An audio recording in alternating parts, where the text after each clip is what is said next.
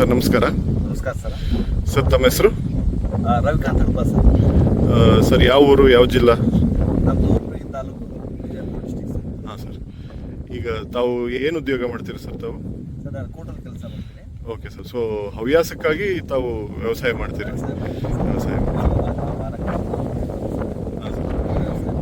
Okay. ಈಗ ತಾವು ಕಲ್ಲಂಗಡಿ ಬೆಳೆದಿರೋ ಸರ್, ಇದು ಯಾವ ಕಂಪ್ನಿದು ಮತ್ತು ಯಾವ ತಳಿ ಹಾಕಿದ್ದೀರಿ? ನಾವು ಬೆಳೆಗ್ರಿ ಅಂತ ಹೇಳಿ ಸರ್. ಹಾಂ ಸರ್. ಹೆಕ್ಟರ್ 25 ಅಂತ ಹೇಳಿ ಸರ್. ಹಾಂ ಸರ್. ಓಕೆ. ಸೊ ನಿಮ್ಮ ಈಗ ಕೈಯೊಳಗೆ ಹಿಡ್ದಿರೋ ಕಾಯಿ ಹೆಕ್ಟರ್ 25? ಹಾಂ sir, hectare 25. Okay sir.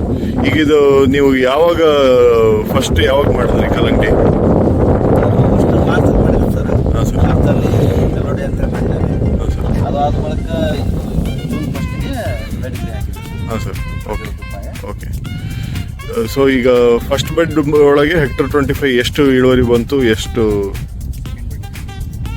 Second bed ಅಲ್ಲಿ ಹೆಕ್ಟರ್ 25 ಹಾಕಿ ಸರ್. Okay. ಫಸ್ಟ್ ಬೆಡ್ ಅಲ್ಲಿ ಮೆಲೋಡಿ ಹಾಕಿದೀವಿ, ಅದೊಂದು 22 ಟನ್ ಬಂದಿದೆ ಸರ್. ಹಾಂ ಸರ್. ಸಾರಿ ಸೆಕೆಂಡ್ ಬೆಡ್ಗೆ ಹಾಕಿದೀವಲ್ರಿ. ಹಾಂ ಸರ್. ಚೇರ್ ನರ್ಸರಿ ರಾಘವಣ್ಣ ಹೇಳ್ಕೊಟ್ರು ಸರ್. ಓಕೆ. ಈ ಭಾಳ ಕ್ವಾಲಿಟಿ ಅದ, ಚಲೋ ಅದ ಮಾಡಿ ಅಂತ ಹೇಳಿ. ಓಕೆ. ಆದ್ರೆ ಅವ್ರು ಕೊಟ್ಟಂಗೆ ಚಲೋ ಅದ್ರಿ, ಕ್ವಾಲಿಟಿ ಅದ. ಕಾಯಿ ಸೈಜ್ ಚಲೋ ಬಂದಾರಿ. Okay.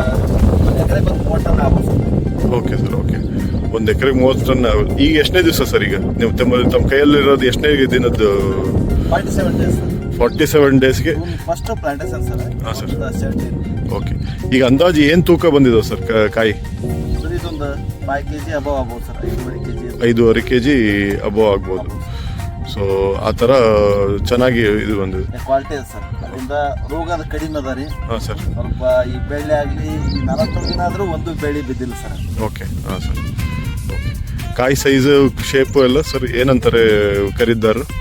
ಚಲೋ ಸರ್. ಸೇಫ್ ಆಗಲಿ, ಸೈಜ್, ಕಾಯಿ ಉದ್ದ ಸರ್. ಹಾಂ ಸರ್. ಎಕ್ಸಾಮ್ ಹಿಂಗೆ ಕಾಯಿ ನೋಡಾಕ ಹಾಂ ಸರ್. ಅವರು ಮೊನ್ನೆ ಒಬ್ಬರು ಬಂದಿದ್ದಾರೆ ಸರ್ ದೇವರಿಗಿಂತ. ಕ್ವಾಲಿಟಿ ಅದ ಹೇಳಿದ್ದಾರೆ. ಹಾಂ ಸರ್. ತಾವು ಸಂತೋಷವಾಗಿದ್ದೀರಿ? Happy sir. ಹಾಂ ಸರ್. ಧನ್ಯವಾದಗಳು ಸರ್.